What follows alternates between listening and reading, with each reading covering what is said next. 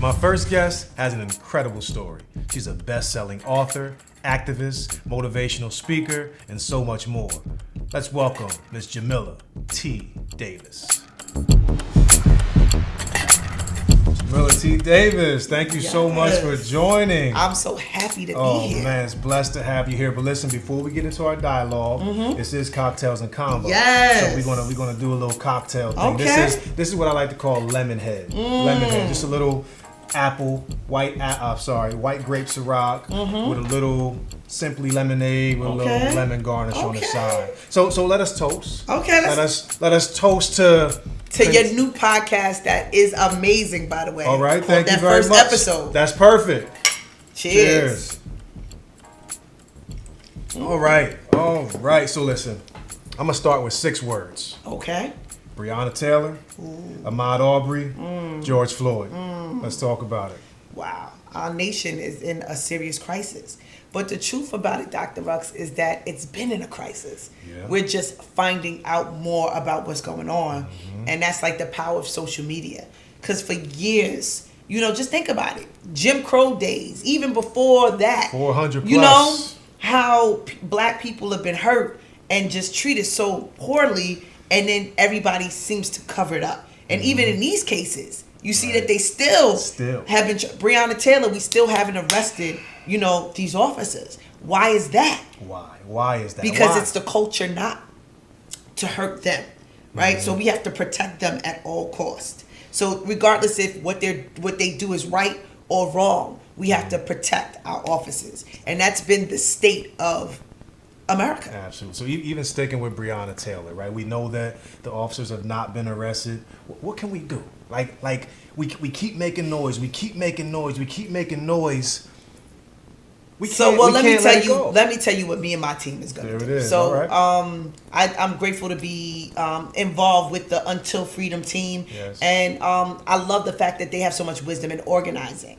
One of the things that happened in Ahmaud Arbery case, right, is that they surrounded the cops' home. Right? It was real noise being made, right? It's what I call applying the pressure, right? For real, you could write, you could demand, you could say, but when they see you and you so visible and you refuse to leave, right? Meaning like you can't just go do a protest and a rally because they looking at their clock. All right, they'll be going by 2, 3. You have to actually take turns. And you have to say something that we said at MDC when the lights and the heat went off for prisoners. Right. We said we are not leaving until the lights and the heat turn back on. And guess what? We didn't leave until the lights and the heat turned back on. We have to really feel that same type of way about Breonna and go organize. Organize. That's the key word. Organize, and not just organize at the homes of all the officers, because let's talk about what that's going to do. Even if they don't get a conviction. But when you have folks outside your home and you no longer feel comfortable getting your morning newspaper, you understand what I'm saying? It's going to be a different kind of nudge on the spirit, right? When your neighbors is looking at you like, Henry, we just want him gone because this is too much on our block, right? It's a different kind of thing. And I think that it's time for them to feel the energy that we've been feeling. How about that? For so long. Correct. One of the things I always say is that when you're uncomfortable, that's when things happen. That's when you grow. That's when change happens. As long as you're comfortable, it's going to be status quo. Well, we have to make people feel uncomfortable. And that's the thing about us. We tend not to want to do that. We tend to want to wish and to pray and to hope. But we've been doing that forever. So that strategy doesn't work. So what I have loved about the Ahmaud Arbery case and the George Floyd case is that we came on one accord. Whether it be black, whether it be white, folks that said enough is enough. That's what it was. Now, I was just in Kentucky. Right? The rally was nice. It was comfortable. It was cool. It was in front of the Attorney General's office, but then we went home. In this case, I feel like we got to apply the pressure and we can't go home, if that makes sense. Shifts. Organized shifts. Correct. Organized shifts. Buses coming in. I mean, folks is outraged. And we're in COVID. Folks are still able to work remotely, right? Educators are home for the summer. Some folks will get together and be like, enough is enough. So we got to come together and get unified with this, and we got to apply the pressure. What if I'm someone who is interested in supporting the movement, right? But maybe due to whatever circumstance, I can't physically get in the grind? Like, what can I do? You can donate money. And I say everybody's not built for the front line. Right. So some of us have said, I will die for this. So for me, I don't want to die, but I will die for this. I love my people so much that I'm willing to die for this. And that's what it takes to be a frontline soldier. You have to kind of not have fear of the unknown. So those that are fearful, I suggest, and not even just those that are fearful, have other circumstances, whatever, you don't have to be on the front line, but you can support the front line by supporting the organization. So Until Freedom, that's a team of riders, folks that are relentless, that are dead serious about our people, that are willing to die for our people, pay the price for our people. So I suggest that folks support organizations such as Until Freedom. Yes, and one of the things I love about you is that you're so into uplifting Black and brown people, Black and brown communities. Your work speaks volumes. And speaking of work, you got a new book out. Yes. Let's talk about it. Yes, Built to Outlast the Storm. Oh, let me get another sip of this right here. Take a sip. Let's cheers to that. Built to Outlast the Storm. I'm very grateful. So for me, you know my story. I was sentenced in 2008 to 12 and a half years in federal prison for bank fraud. And the day that the judge banged the gavel, it just was like I thought my life was over. How could I survive a decade in federal prison? My kids were 9 and 11 years old when I left. Just to think I was going to be gone for a decade, I wanted to just simply die. And speaking of injustices, in my case, the white mortgage broker and the white lawyer who had the license and the knowledge of how to do this, because I was fresh in the game. I was 25 years old. I was fresh in the game. Right. They taught me the game. However, in the end, they were sentenced to 2 years apiece, and I got a 12 and a half year sentence for the same crime. So again, all the time. So, and in my case, it was just normal, and it was hard for me to sit with that. Like, it was hard to me to sit with, it's okay. Because I realized it wasn't okay. However, I realized that God also had a purpose for my pain. And being in a place like prison, it helped me to realize what's important and what's not. So it goes back to your deathbed. On your deathbed, you're not thinking about how many degrees you got. You're not thinking about how much money you got in your bank account, because you're not able to spend any of that. You're thinking about legacy. You're thinking about purpose. Like, what did I leave a mark on this earth that really meant something? And in my case, I had not. And that's kind of what shifted me into the mode that I'm in, the beast mode I'm in. Like, people be like, yo, why? Because I've been given a second chance at life, and I almost didn't think that would happen. So I go hard because I know I have to go hard, because I know what it feels like to not have that chance, if that makes sense. Absolutely. And I'm gonna go there a little bit. In the book, I was reading about how there was even a time when you were contemplating suicide. Absolutely. And we know that there are so many people who struggle with that, right? And may not have a way out. So even just now, give some encouraging words to some people who may be having those thoughts. I just say, hold on one day. The difference a day can make. It's real. So, like, you got to understand that there's purpose in your pain. When you realize that there's purpose in your pain, it gives you passion and motivation to move on. When you think I'm just being hurt for no reason, or nothing good is going to come out this situation, then you don't have the proper mindset. So if you're not looking for the good, chances are you're not going to find it. And for me, I was able to find opportunity in my pain. How can I make the best out of this time? What lesson can I learn out this situation? When you look for those things, then you're going to purpose yourself to win. And you're going to get a drive like no other, because you're also going to see what it was without. So when you come to the other side, you're going to be joyful and really excited. So again, the message is, hold on, push ahead. I promise you, right? You're built to outlast the storm. And you heard it from Jamila. She said there is opportunity in pain. We all go through stuff, but that doesn't mean that that's quitting time. You keep going, you keep forging ahead. You heard it here first. We're going to be right back with the People Want to Know segment. Welcome back to Cocktails and Convo. Now we are going to get into the segment The People Want to Know. And this is just a segment where we take questions from people all over and do our best to answer those questions. So, Jamila, you're going to help me out here. Okay. So first we got Natasha from Connecticut. She wants to know, who would you like to see in the next versus battle? In the next versus battle. That's a good one. Who do I want to see in the next versus battle? I know Jada and Fabulous. That was cool. But I got one for you. What's that? Beyonce and Lauryn Hill. Let's get it. Let's get it. Oh, okay. Beyonce and Lauryn Hill. As much as I love the Miseducation of Lauryn Hill, though, I gotta go with B. B got a lot of hits. Because the catalog. Yeah, her catalog is crazy, but that's still the queens. You know what I mean? Yeah. I feel like they did the Jill Scott and Erykah Badu, and that was cool. You feel me? Yeah. But I want to see some of the queens really hit the stage on Versus. I think that'd be dope. I would like to see Foxy Brown, Lil' Kim. Okay. Well, good luck at making that happen, but I guess I would like to see that too. But good luck on that one. Okay. All right. So you heard it, Natasha. You heard it. Lauryn Hill, Beyonce. Let's go. Next we have Craig from Brooklyn. Craig wants to know if Colin Kaepernick will ever play in the NFL again. Well, you know what? Black Lives Matter. And they turning up with this Black Lives Matter movement. They said this is one of the biggest movements that has ever hit our country. So with that said, I feel like conversations of that, the pressing is going to continue to press. And we may see him back on the field, and I hope so. I mean, it would definitely be nice to see him out there. I know he's been staying consistent, staying in shape. But I don't believe in giving up the opportunity. But will it ever be the same for him? I wonder if his hunger I don't know if still it's going the to same. ever be the same, but regardless of what, he's left something way greater than any football player I've ever known.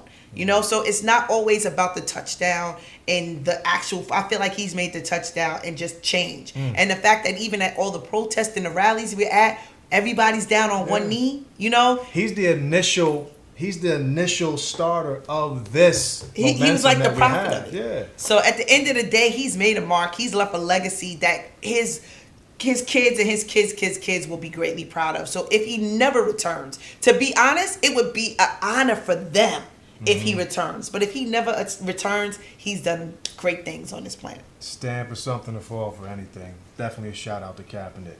And Stacy from Atlanta wants to know who's a better group, 112 or Jagged Edge? Whoa, I saw that versus battle, and that battle was good. I mean, I like both, but however, Jagged Edge, the Let's Get Married whole CD, that's a hit. that just, I mean, I used to listen to that on steady repeat. However, 112 and that whole era was just a great time in life. Absolutely. So I got to give a shout out to 112. But if I got to choose, I'm going with Jagged Edge. That's interesting because I'm 112. Yes, you're a 112 type of guy. Yeah, 112, man. They had a lot of heat. Yeah, I thought I told you that we won't stop. I thought I told you that we won't stop. Peaches and cream and all that. I mean, Bad Boy, definitely a fan of Bad Boy, but just as far as R&B and just the melodies and the soul, I got to take it out with Jagged Edge. All right, you heard it, Stacy. Jamila's with Jagged Edge. Remember, send your questions in to Dr. Sean Ruxway at gmail.com for the People Want to Know segment. Listen, we're just going to keep going.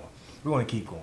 The other day, I saw Trump, and he says something along the lines of the Black Lives Matter movement is embracing hate. It's a symbol of hate. And me personally, I totally disagree with that. Black Lives Matter is not a symbol of hate. If anything, it's just the opposite. It's a movement of hope. It's a symbol of resilience. It's a symbol of America, right? It's a symbol of America and America's promise to do better for people. And the reality is that promise has been broken since this country's inception, right? So there's work that we need to do on the end of that. But to call the Black Lives Matter movement a symbol of hate, to me, so let's talk about it. Yeah. What does the devil come to do?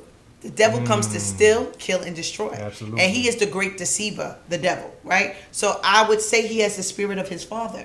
So the spirit of his father is going to try to detract, what's real and make you believe what they want you to believe. So it's okay. I think at this particular point, I don't think anyone that really has a good soul or good heart could really look at him and anything that he symbolizes or does or has said as respectable. So at the end of the day, whose child is he? I feel like he's a child of Satan. I actually, you don't want me to go and compare, but if you go back in time in history to Hitler, I feel like the both of them have very similar personalities.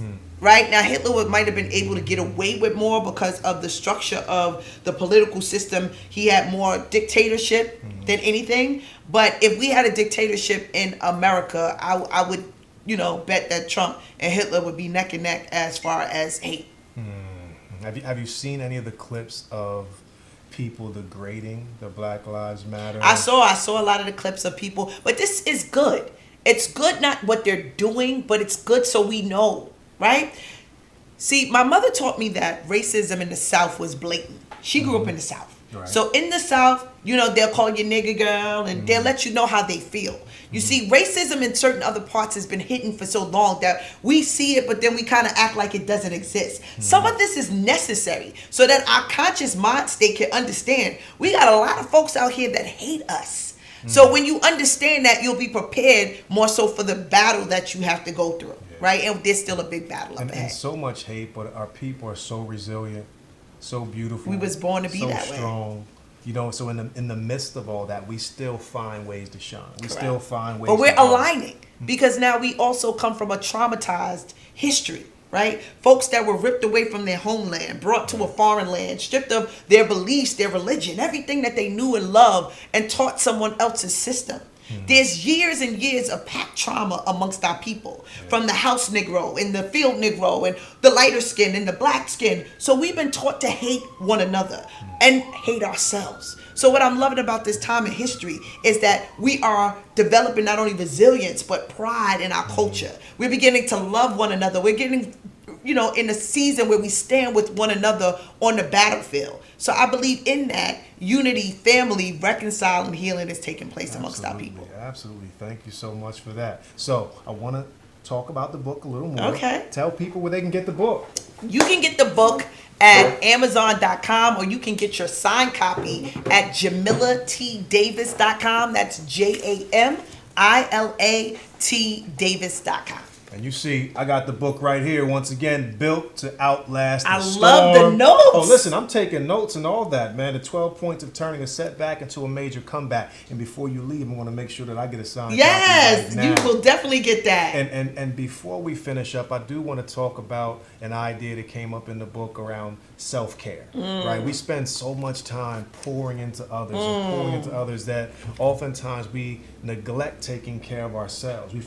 We neglect to fill our own buckets up. So talk about the importance of that. It's so important because it leaves us with regrets, right? Yeah. So for me, when I was incarcerated, before incarceration, I didn't even know what I liked because I was doing everything that everybody else liked. So I was such a people pleaser that I did, okay, you know, whatever the boyfriend wanted or the kid, like I was doing what everybody else wanted, but I didn't know what I wanted, right? So it was in that place that I had to find myself. And when I found myself and I learned that happiness, true happiness, comes from the inside out, it changed my life.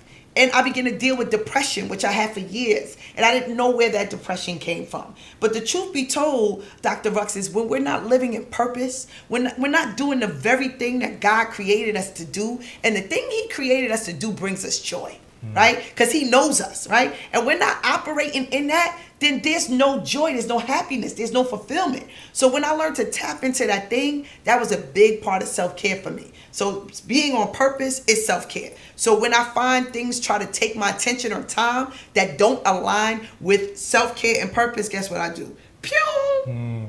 Absolutely, and we all have gifts. You align with your message clearly aligned to the fact that we all have gifts to share with the world. That's right. And when we don't tap into those personal gifts that we own, we're not going to be fulfilled. Correct. So we absolutely have. And to even do as an that. educator, it goes with kids. Oh, absolutely. So when you show a kid their gift or something that they're good at, it immediately increases their confidence. It lets them know anything is possible, and they're able to excel.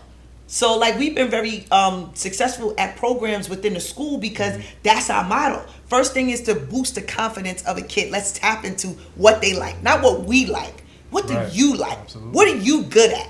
And then we edify them in that thing so that they can tap into their greatness. Absolutely. Listen, it's been a pleasure having you here. I look forward to chopping it up with you some more. Ladies and gentlemen, Miss Jamila T. Davis. Cheers.